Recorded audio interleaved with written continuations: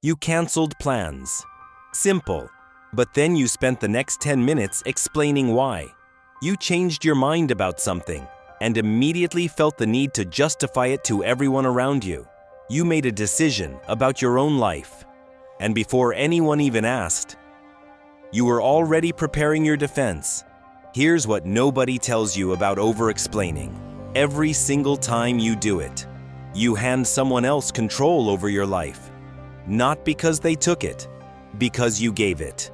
Today, we uncover the dark psychology behind why you over-explain and how to stop permanently.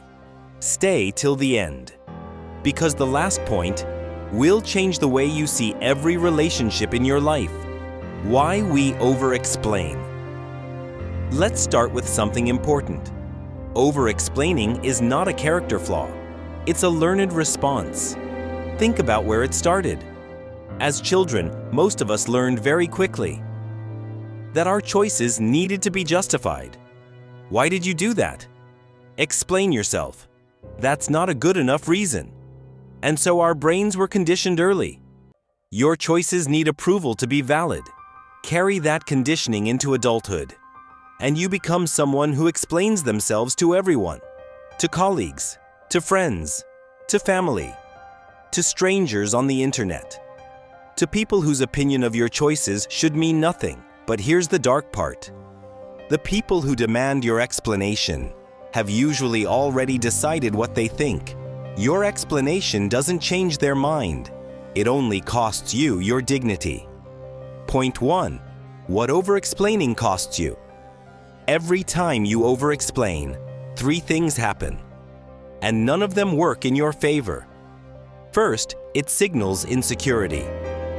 When you justify a decision nobody asked you to justify, your brain is essentially saying, "I'm not sure this was okay. Please tell me it was." And people read that. They may not say it out loud, but they feel it, and it changes how they see you. Second, it invites judgment. The more you explain, the more material you hand to people to question, critique, and pull apart. 1 sentence gives them 1 thing to challenge. 10 sentences gives them 10 things. Every explanation is an open door, and once you open it, you can't control who walks through.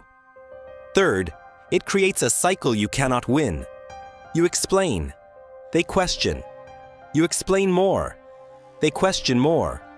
And somewhere in that spiral, you lose the original point entirely, which was simply this: you made a choice. And that choice needed no audience. Point 2, what it signals to others. Here is the uncomfortable truth. When you over-explain, you don't come across as considerate. You come across as uncertain. And people, consciously or not, respond to uncertainty with control. Think about it. Have you ever noticed that the more you explain, the more questions come? That's not curiosity. That's your explanation signaling that there is space to push. And people who sense space, push. Now think about the people in your life who never over-explain, who say no without a paragraph attached, who make decisions and simply stand by them. How do you feel when you try to question their choices? You don't, because they give you nothing to grab onto. Their confidence is a wall, not aggressive, not rude, just solid. And that wall is built from one simple thing: the decision that their choices don't require anyone else's understanding. Point 3, the power of not explaining. This is the part most people never reach in their own lives. The quiet, absolute power of simply not explaining. Not because you're being difficult, not because you don't care about others, but because you understand something fundamental. Your choices are yours, not community property, not up for debate, not subject to approval. Yours. When someone asks, "Why did you do that?" you are allowed to say, "Because I chose to." When someone needs a reason for your boundary, your decision, your direction, you are allowed to say, "This is what works for me." Full stop. No paragraph. No defense. No apology. Here's what happens when you do this. Two things.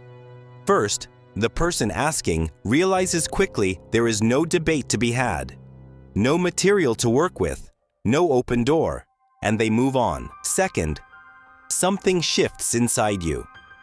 Every time you hold your ground without explanation, you send your own brain a message. My choices are valid without anyone else confirming them. And the more you do it, the more deeply that becomes true. Now for the part nobody wants to say out loud. Most people who demand your explanation don't actually care about your reasons. They care about having influence over your decisions. The explanation isn't about understanding, it's about control. And every time you provide one, you confirm that control is available, that your choices can be discussed, questioned, redirected, that you are open for negotiation. The moment you stop explaining, you close that door. Not with anger, not with confrontation, with the quiet, unshakable certainty that your life is not a democracy. 3 things to remember. Over-explaining costs you your dignity. It signals uncertainty to everyone around you. And the people demanding explanations are rarely looking for understanding. You are allowed to make choices. You are allowed to change your mind. You are allowed to say no. You are allowed to live your life in a direction that makes sense only to you, without a paragraph attached, without a defense prepared, without waiting for anyone's approval. Because here's the truth they never taught you. The people who truly respect you will never ask you to justify yourself. And the people who constantly demand your explanations were never going to respect your choices anyway. Share this with someone who explains themselves too much, because somewhere out there, someone is exhausted from defending decisions they had every right to make freely. Tell them they don't owe anyone an explanation.